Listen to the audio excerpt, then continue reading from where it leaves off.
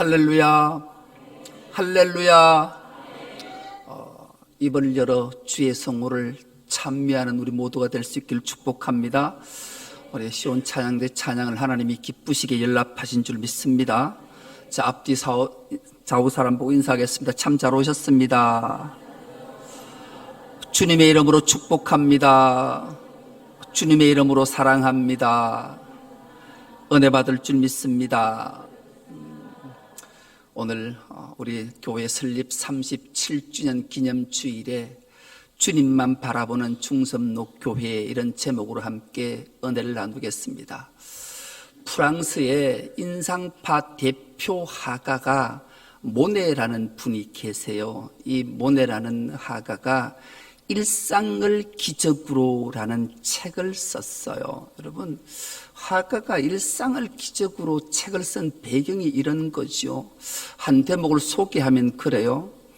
이집트 사람들은 자기들이 아는 것을 그렸대요.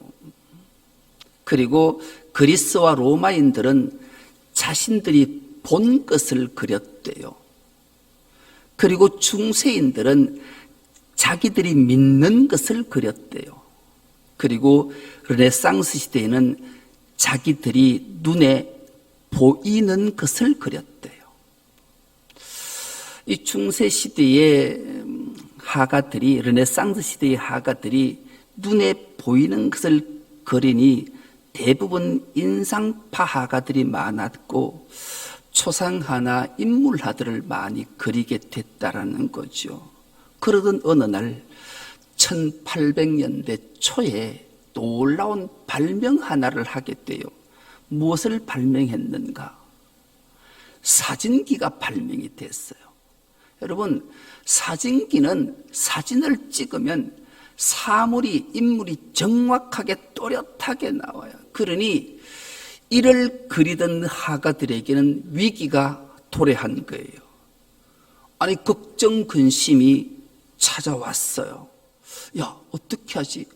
난 뭘 먹고 살지? 걱정, 근심이 찾아와. 여러분들이 가진 직업 중에 참 놀라운 직업들이 다양하게 많잖아요. 그런데 그 직업에 탁월한 뭐가 발명이 되면 거기 종사하는 사람들이 쓸모없게 되잖아요. 지금도 우리나라에 컴퓨터라든지 로봇 이런 것들이 정말로 막 신개발들이 발명이 되니까 사람의 일자리가 없어져서 얼마나 어려움을 겪는지 몰라요. 그럴 때 우리는 새로운 것들을 발명해내고 새로운 것들을 착안하고 새로운 것들을 생각해내는 지혜가 필요할 줄 믿습니다. 이럴 때 오늘 소개하는 이 모네라는 화가는 기가 막힌 것들을 생각해내요. 어떤 것을 생각해내는가? 이 모네는 똑같은 사물을 볼 때 환경에 따라 시시각각 변하는 것에 주목해 봤어요. 예를 들면 이런 거죠. 이 모네는 새벽이 동이 트기 전에 새벽에 보이는 사물들을 그렸어요. 그리고 동력의 해가 싹 뜨니까 빛을 받은 사물이 또 다른 모습을 그려냈어요. 구름이 해를 가리니까 그림자 속에 사물을 그려냈어요.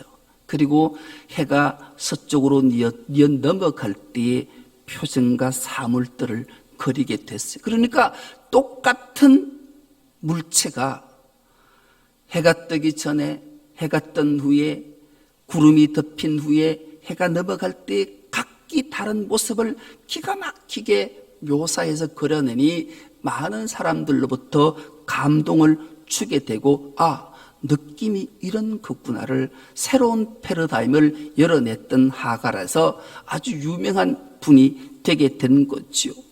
여러분, 우리도 신앙생활도 마찬가지. 하나님은 자신을 계시한 방법이 여러 가지 방법들로 하나님은 자신을 드러내셨어요. 가장 먼저 하나님은 자신을 어떤 모습으로 드러내신가? 계시의 말씀으로 자신을 드러내셨어요. 여러분, 하나님이 자신을 드러낸다. 여러분, 놀라운 상상을, 영이신 하나님이 자신을 드러내신다. 누구가 상상했겠어요? 그런데 실제로 하나님은 자신을 드러낸 사건 하나가 있었는데 계시된 말씀으로 드러내셨던 거예요. 그가 누구신가? 바로 성자 예수 그리스도이십니다. 요한복음 1장 1절은 이렇게 말씀하고 있습니다. 태초에 말씀이 계시니라. 이 말씀이 하나님과 함께 계셨으니 이 말씀은 곧 하나님이시니라. 아멘.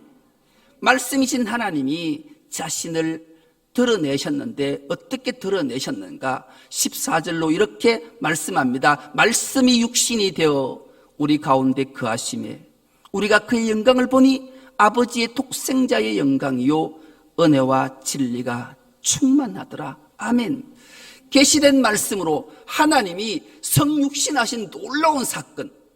여러분, 우리는 하나님을 믿으니 하나님의 은혜가 은총이 우리에게 임했구나 라고 믿고 신앙생활 하지만 당시에는 상상할 수 없었던 거예요.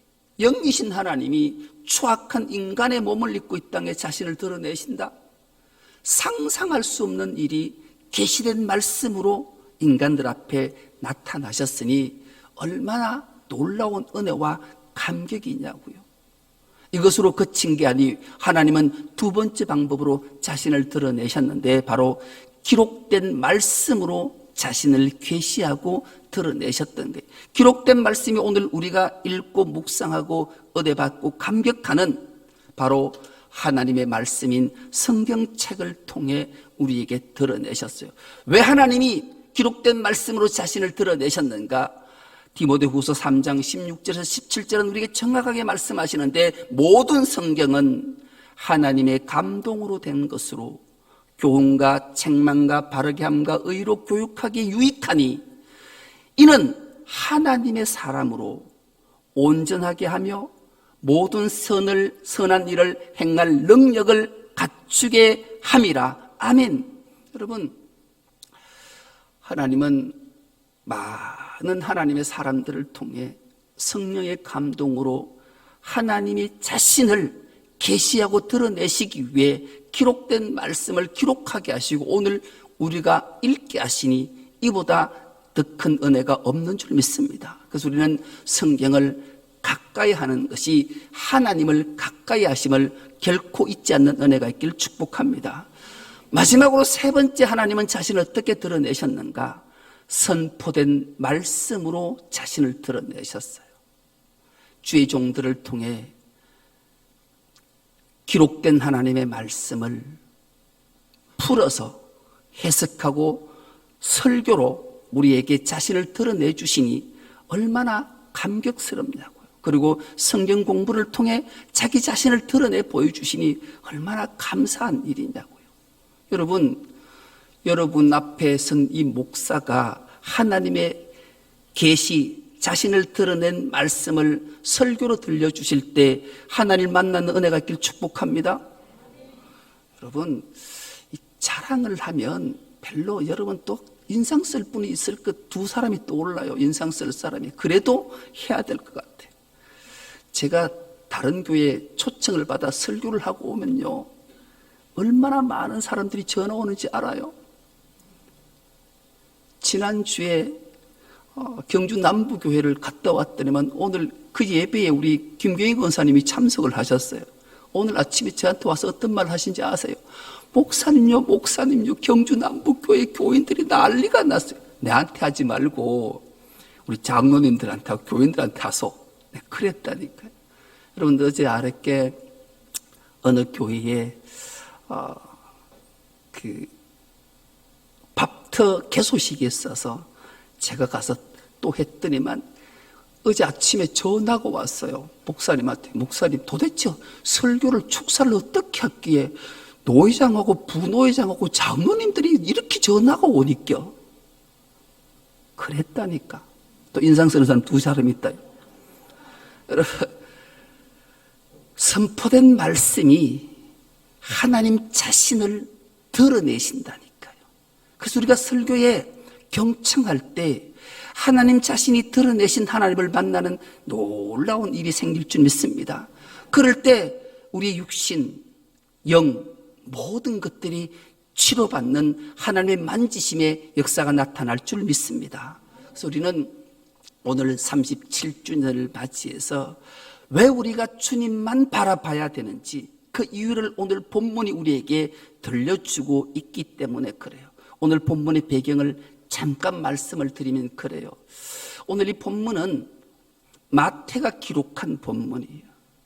예수께서 물 위를 걸어서 제자들을 찾아오시고 제자들이 제자 중 베드로가 물 위를 걸어보는 놀라운 기적을 경험했던 사실을 기록한 이유가 무엇인지를 말씀하는 거죠. 배경이 이래요.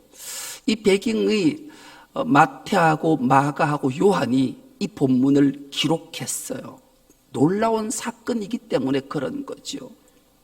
예수께서 천국 복음을 전파하시고 가르치시고 고치시자 수많은 무리가 예수님을 따라다녔어요. 예수께서 빈 들에 가셨는데 거기까지 수많은 무리들이 쫓았어요. 장정만 5,000명, 어린 아이와 여자를 합치면 2만 명이 주님을 따라다니셨어요.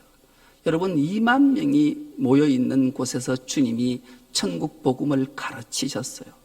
시간 가는 줄 몰랐어요. 그런데 어느덧 때가 됐어요. 밥때가 됐어요. 여러분, 배가 고프면 자꾸 배에서 소리가 나요. 그 소리가 여기도 나고 저기도 나고 저기도 나니 그중 제자가 예수님께 말씀하는 거예요. 주님, 지금 이 많은 무리들이 배가 고파하네요. 그리고 이제 각자의 집으로 돌려보낼 때가 된 것 같아요. 그 예수님께서 이렇게 말씀하세요. 너희가 저들 배고픈 자들에게 먹을 것을 줘라. 그러자 안드레가 이렇게 말해요. 빌립이 이렇게 말해요. 주님, 이 많은 사람들을 어떻게 식사를 제공합니까? 주위에 식당도 없고 가져 살 데도 없고 먹일 데가 없어요. 그러자 예수님께서 그러면 너희에게 있는 게 뭐냐? 그랬더니만 안드레가 주님, 제가 두리번 살펴봤더니만 어린 아이 하나가 자기 도시락 하나가 가지고 있는 게 보입니다. 그 보니 보리떡 5개와 물고기 2마리예요. 그것을 내게로 가져오라. 주님이 그 물고기 2마리와 보리떡 5개를 들고 하나님 앞에 축사하시고 제자들에게 나눠주시면서 나눠주라 말해요. 여러분, 여기서 놀라운 기적이 나타났어요. 제자들이 받은 떡과 고기를 나눠주는데 줄어들지 않아요. 여러분, 우리가 마술이라는 걸 간혹 보잖아요.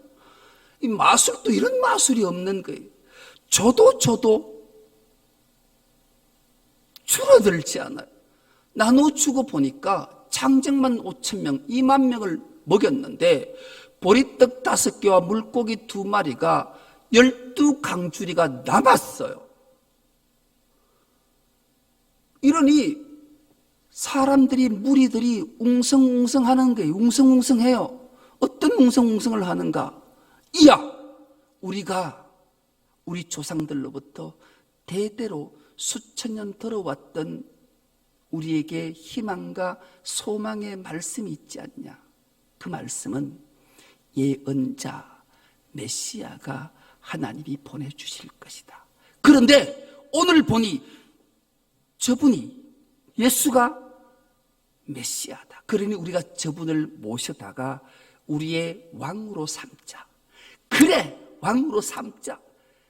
2만 명이 웅성웅성함. 여러분 한번 생각해 보세요. 그 한 명의 말이 튀어나오자 모두가 저 예수를 우리가 모시고 우리의 왕으로 삼자, 임금 삼자 하니 더 기막힌 것은 제자들의 반응이었어요. 여러분이 제자들이 그러면 어떨까요? 여러분 입장이면 이 제자들은 상당히 고무되었을 거예요. 야, 드디어 내 때가 왔다. 내 때가 왔어. 우리 12명의 제자가 12지파의 수장이 되고 저 로마를 몰아내고 이 땅의 하나님 나라를 정말로 다윗 때보다 더 강한 위대한 이 나라를 드디어 건설하는구나. 우리 주님이 아셨을까요? 모르셨을까요? 아셨어요.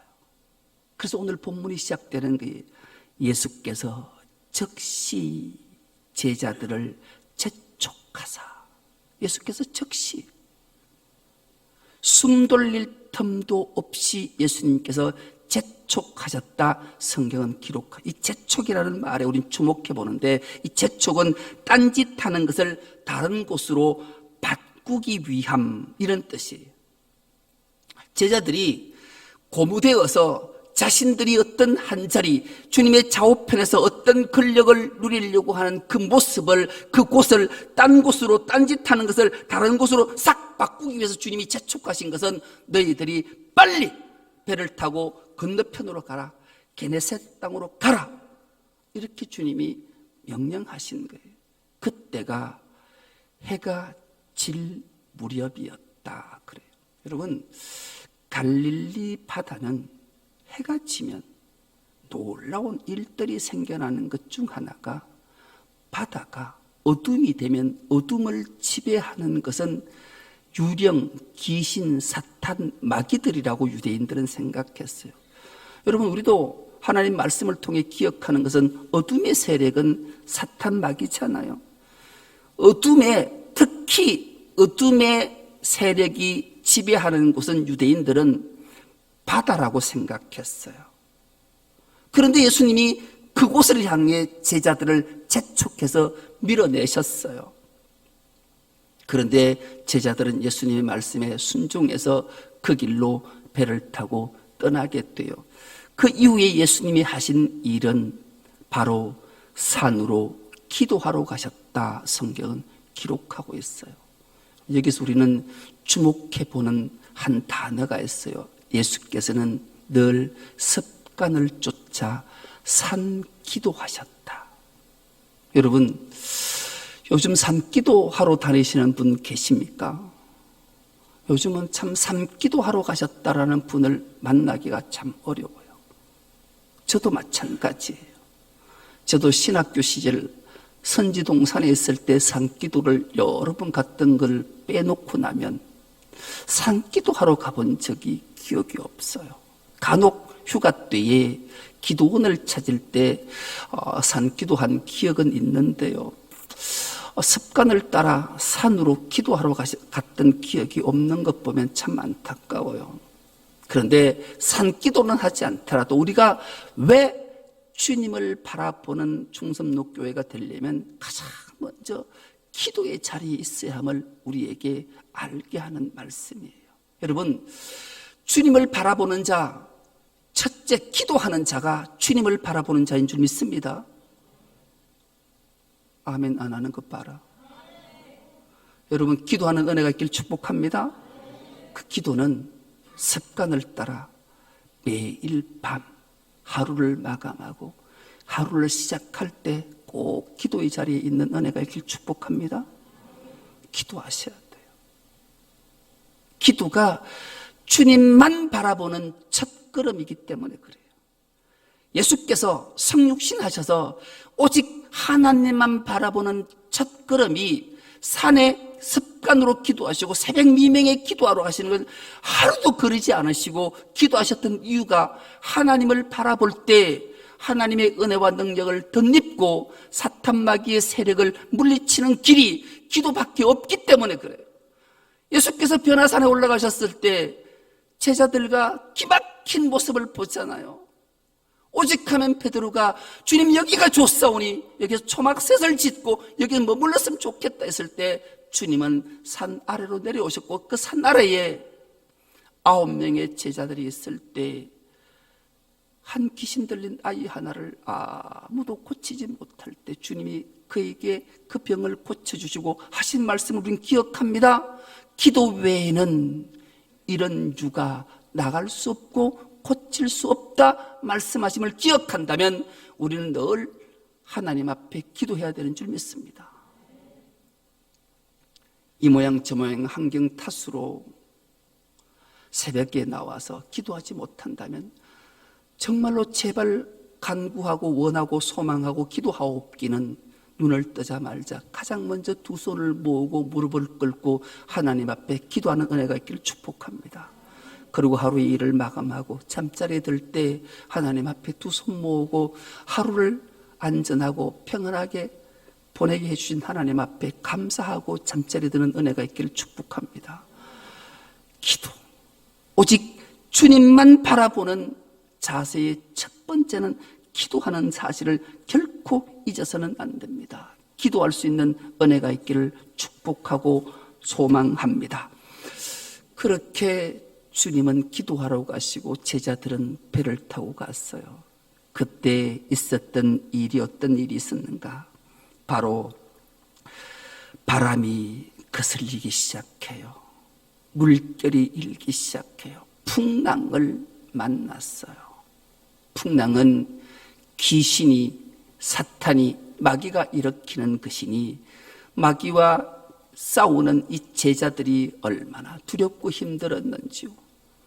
시간이 깊어졌어요. 성경에는 밤사경이라고 말씀하는데 이 밤사경은 새벽 3시예요. 절정일 때 예수께서 산에서 기도를 마치시고 제자들을 향해 그 바다 위를 걸어오셔요.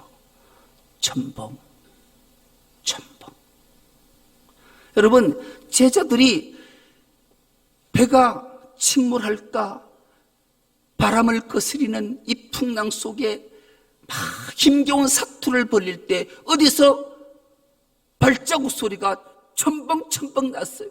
제자들이 그곳을 향해 눈을 돌렸어요. 그런데 그 물리를 예수께서 걸어오신 거예요. 그런데 제자들은 그 예수로 봤을까요? 못 알아봤어요. 그들이 어떻게 봤는가? 성경은 유령이다. 그래서 그들이 유령이다, 귀신이다, 귀신, 이렇게 놀라워했어요. 그럴 때 예수님은 이렇게 말씀해요. 그들이 두려움을 내쫓기 위해 예수께서 즉시 이르시되 안심하라, 나다. 주님이 자신을 밝히신 거예요. 그때 놀라운 고백 하나가 터져나오잖아요. 가장 주님을 사랑했던 베드로가 주님이시거든 나로 명하여 그 바다를 한번 걸어보게 해주십시오. 그러잖아요. 주님은 또 즉시 말씀해서 와라, 컴온.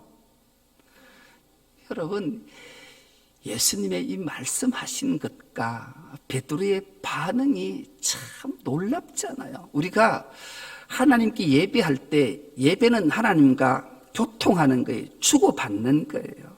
예배의 순서지도 다 주고받는. 그래서 말씀을 떨어지고 기도할 때마다 아멘으로 화답해야 되는 이유가 여기에 있는 거예요.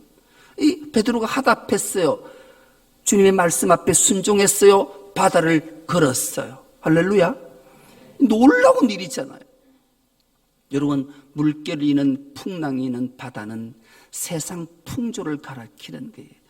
공중근세 잡은 사탄 마귀가 세상의 풍조를 일으켜서 사람을 미혹하고 넘어지고 두렵고 좌절과 절망 속에 빠지는 이 모든 것들을 해결하시기 위해 주님은 그 풍조를 향해 바다 물결을 향해 잔잔케 하시기 위해 그 길을 걸어오셨고 그 속에서 제자들이 주님을 만나 주님 앞에 나왔을 때 순종했을 때 기막힌 은혜를 경험하게 돼요. 그런데 문제는 베드로가 주님만 바라봤을 때는 물 위를 걸었는데 물결을 바라보는 그 순간 물에 빠져가기 시작했어요. 여러분, 우리가 세상을 살아갈 때 왜 주님만 바라봐야 하는지, 주님만 바라보면 결코 어떤 악한 세력들이 우리를 침몰치 못할 줄 믿습니다. 그런데 우리가 세상의 풍조를 바라보면, 걱정, 근심, 환경을 바라보면 반드시 두려움과 좌절과 이런 것들이 엄습하기에 우린 절망에 빠지게 되고 나락에 빠지게 돼서 좌절할 수 있어요. 그럴 때 우리가 해야 되는 게 뭐예요? 기도예요. 주님을 부르는 거예요. 그럼 주님은 그 권능의 손을 내밀어서 우리를 반드시 건져주실 줄 믿습니다. 주님은 즉시 손을 내밀어 베드로를 건져 올려주셨어요. 그러자 베드로는 바다 위를 2번이나 걸어보는 기막힌 은혜를 경험하게 되잖아요.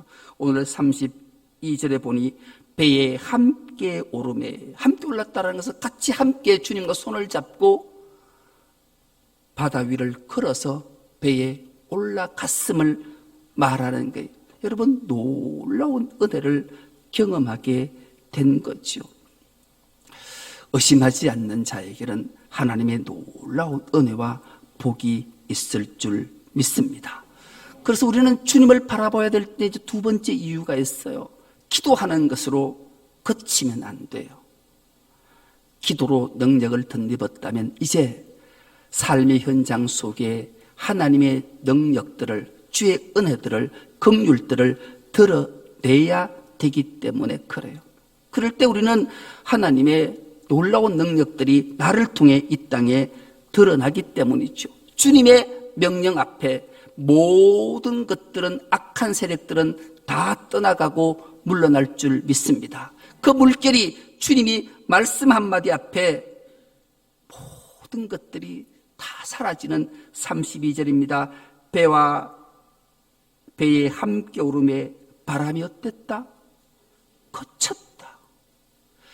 주님이 세상 풍조, 악한 영들에 사로잡힌 모든 곳에 주님이 나타나시면, 주님이 말씀하시면 모든 것들이 잠잠해질 줄 믿습니다.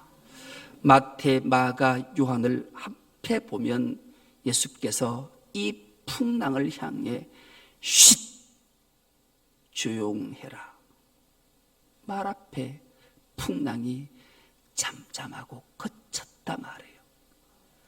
주님의 능력을 덧입어 주님만 바라보고 주님께 간구하고 주님께 기도하고 주님께 나와 함께 하시는 주님이 역사하시면 우리가 가는 곳곳마다 세상의 풍조, 더럽고 추악한 모든 것들이 멈추고 사라질 줄 믿습니다. 바람은, 세상 풍조는 아무 힘이 없습니다. 왜요? 창조주시고 전능하신 하나님의 말씀 앞에 모든 것들이 평정되기 때문입니다. 세상의 풍조는 무의미합니다. 무역일획할 수밖에 없습니다. 왜요? 주님이 승리자이시고 전능자시고 창조자이시기 때문입니다. 그래서 우리는 그 주님과 함께 동행해서 승리하는 삶을 살아가는 우리 모두가 될 수 있기를 간절히 기도합니다. 하나님 아버지, 감사합니다. 37년 전에 중섭록교회를 세워주시고 구원받은 자의 수를 날마다 더하게 하신 하나님 감사합니다. 우리 모두가 주님만 바라보는 중섭록교회가 되어야 되는 이유를 말씀해 주셨사오니 오직 하나님 앞에 기도로 나가는 자가 되게 하시고 주님과 동행하며 주님의 은혜와 능력을 덧입어 세상에서 주님의 삶을 살아낼 수 있는 주의 모든 건속들 다 되게 하여 주옵소서. 감사드리오며 예수님의 이름으로 기도드리옵나이다. 아멘.